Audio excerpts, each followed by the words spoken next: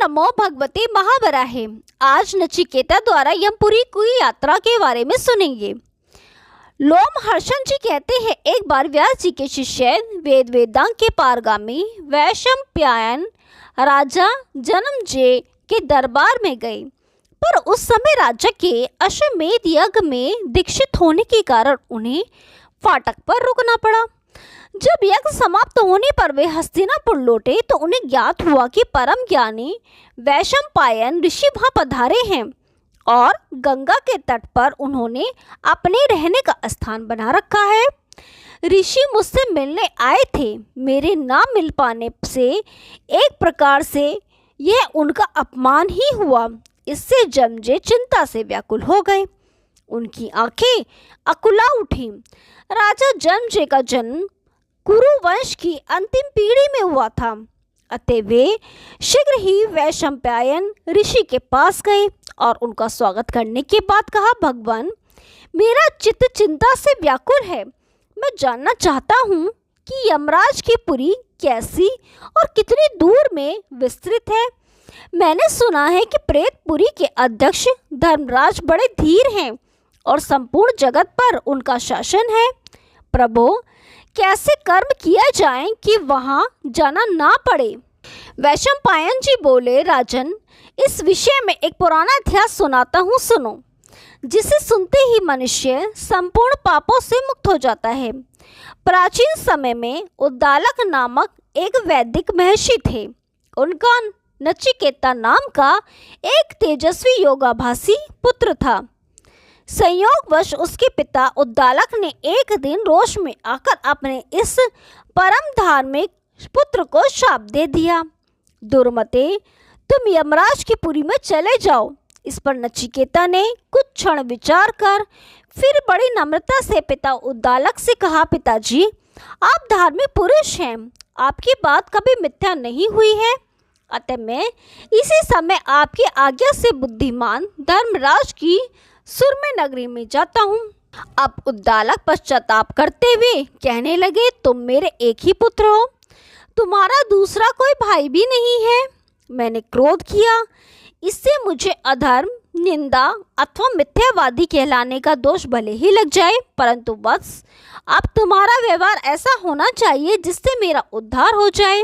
मैंने तुम जैसे सदा धर्म का आचरण करने वाले पुत्र को जो शाप दिया वह ठीक नहीं किया। तुम्हें यमपुरी जाना उचित नहीं है। उस पुरी के राजा वैवस्वत देव हैं। यदि तुम स्वेच्छा से भी वहां चले जाओगे तो वे महान यशस्वी राजा रोष के कारण कभी भी तुम्हें आने नहीं देंगे। पुत्र, तुम्हें देखना चाहिए कि अपने कुल के भविष्य का संहार करने वाला मैं प्राय नष्ट हो रहा हूँ। नर का एक नाम पुत है। उससे त्राण देने के कारण लड़के को पुत्र कहते हैं। अतएव लोग इस लोक तथा परलोक के लिए पुत्र की कामना करते हैं।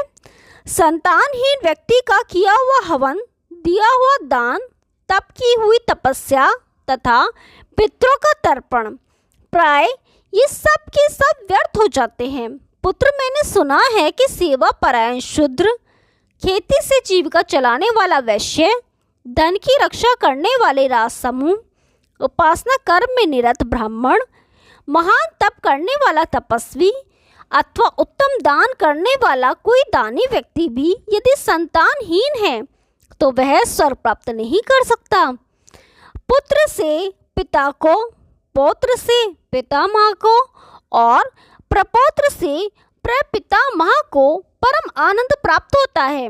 अतः मैं अपने वंश की वृद्धि करने वाले तुम जैसे पुत्र का त्याग नहीं करूँगा। मैं इसके लिए याचना करता हूँ, तुम यमपुरी ना जाओ। वैशंपायन जी ने कहा, राजन, मुनिवर उद्दालक की बात सुनकर नचिकेता ने कहा, पिताजी, आप विषाद ना करें। मैं पुनः यहाँ वापस लौटकर आऊँगा और आप मुझे निश्चित रूप से पुनः देख सकेंगे। सारा संसार जिनको नमस्कार करता है, उन दिव्य पुरुष धर्मराज का दर्शन करके मैं पुनः यहाँ निश्चित ही लौट आऊँगा। मुझे मृत्यु से भय बिल्कुल भी नहीं लगता। पिताजी, सत्य में बड़ी शक्ति है, वह सत्य स्वर्ग की सीढ़ी है। सूर्य भी सत्य के बल पर ही तपते हैं। अग्नि को सत्य से ही दाहकता शक्ति प्राप्त हुई है। सत्य पर ही पृथ्वी टिकी है। सत्य का पालन करने के लिए ही समुद्र अपनी मर्यादा का अतिक्रमण नहीं करता है। जगत का हित करने के लिए ही सामवेद सत्य मंत्रों का गान करता है। सत्य पर ही सबकी प्रतिष्ठा है। स्वर्ग और धर्म ये सभी सत्य के रूप हैं। सत्य के अतिरिक्त दूसरा कुछ भी नहीं है। पिताजी, मैंने तो ऐसा सुना है कि सत्य से सब कुछ मिल सकता है और यदि इसका परित्याग कर दिया गया तो कोई भी उत्तम वस्तु हाथ नहीं लग सकती। ब्रह्मा जी ने भी सृष्टि के आरंभ में यत्नपूर्वक सत्य की दीक्षा ली थी। सत्य का आश्रय लेकर ही और वो मुनि ने अग्नि को वड़मामुख में फेंक दिया था। पिताजी, प्राचीन समय में सर्वशक्ति संपन्न संवर्त ने देवताओं पर कृपा करने के लिए संपूर्ण लोगों को आश्रय दिया था। पाताल में निवास करने वाले बलि ने भी सत्य की रक्षार्थी बंधन स्वीकार किया था।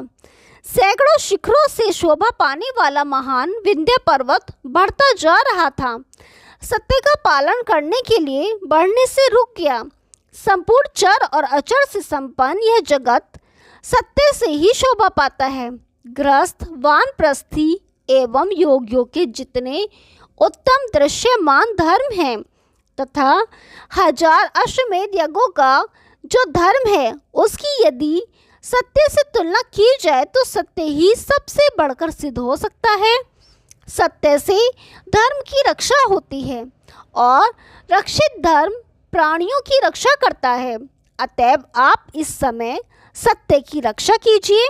सुव्रत इस प्रकार कहकर ऋषि पुत्र नचिकेता यमराज की उत्तमपुरी को चल पड़ा। तप एवं योग के प्रभाव से शीघ्र ही यमपुरी पहुंच गया।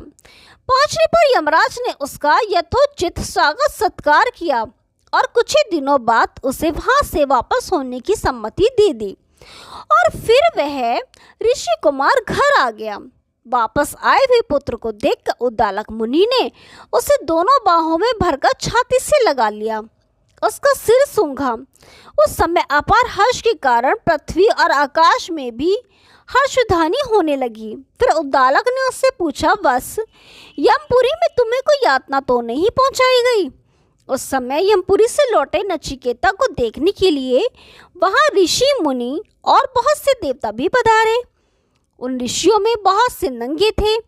अनेक ऐसे थे जिनका पत्थर से कूटकर अन्न खाने का स्वभाव था। बहुत से ऋषि पत्थर से कूटकर अन्न भक्षण करते थे। बहुतों ने मौन व्रत धारण कर रखा था। कुछ ऋषि वायु पीकर रह जाते थे। अनेक ऋषियों का नियम अग्नि सेवन था। उस व्रत के व्रती ऋषि धुआं पीकर ही रह जाते थे। समस्त समुदाय उस ऋषि कुमार के चारों ओर खड़े हो उसे देखने लगा। कुछ ऋषि बैठे थे और कुछ खड़े थे। वे सभी शांत, शिष्ट, अनुशासित एवं शालीन थे। उन सभी ऋषियों ने वेदांत का सागोपांग अध्ययन किया था। जब प्रथम बार यमलोक से आए हुए नचिकेता पर उनकी दृष्टि पड़ी तो उनमें से कुछ भय के कारण घबरा से गए तथा कुछ महान कौतूहल से ग्रस्त थे। साथ ही उनके हृदयों में हर्ष भी भरा था। कुछ ऋषियों के मन में बेचैनी उत्पन्न हो गई तथा कुछ लोग संदेहास्पद बातें करने में संलग्न थे। फिर उन ऋषियों के तप के महान धनी ऋषि कुमार नचिकेता से एक साथ ही प्रश्न पूछना आरंभ कर दिया। ऋषियों ने उसे बार बार संबोधित करके पूछा, वत्स, तुम बड़े विज्ञ और गुरु के परम सेवक तथा अपने धर्म पर अड़िग रहने वाले हो। तुम सच्ची बात बताओ कि यमपुरी की तुमने कौन सी विशेषताएं देखी और सुनी है? उपस्थित सभी ऋषियों के मन में इसे सुनने की इच्छा है। तुम्हारे पिता तो इस विषय में विशेष रूप से सुनना चाहते हैं। तात, हमारे पूछने पर यदि कोई गुप्त बात हो तो भी विशिष्ट मानकर उसे स्पष्ट कर ही देना चाहिए, क्योंकि उस पुरी से सभी भयभीत रहते हैं। इस बात को प्राय सभी जानते हैं। इस माया राज्य में इससे संपूर्ण जगत लोभ एवं मोह जनित अंधकार से व्याप्त है। चिंतन तथा अन्वेषण की क्रियाएं तो होती रहती हैं, किंतु जो हित की बात है वह चित्त पर नहीं चढ़ती। यमपुरी में चित्रगुप्त की कार्यशैली कैसी है? पुनः उनके कथन का क्या रूप है? मुने, धर्मराज और काल का कैसा स्वरूप है? वह किस रूप में व्याधियां दृष्टिगोचर होती हैं? कर्म विपाक का स्वरूप भी हम जानना चाहते हैं और यह भी जानना चाहते हैं कि किस कर्म से उससे छुटकारा हो सकता है। विप्रवर, वहाँ का जैसे दृश्य तुम्हें दिखाई पड़ा हो अथवा श्रवण गोचर हुआ हो तथा तुमने जिसे निश्चित रूप से जाना हो वह सब का सब विस्तार पूर्वक यथावत वर्णन करने की कृपा करें।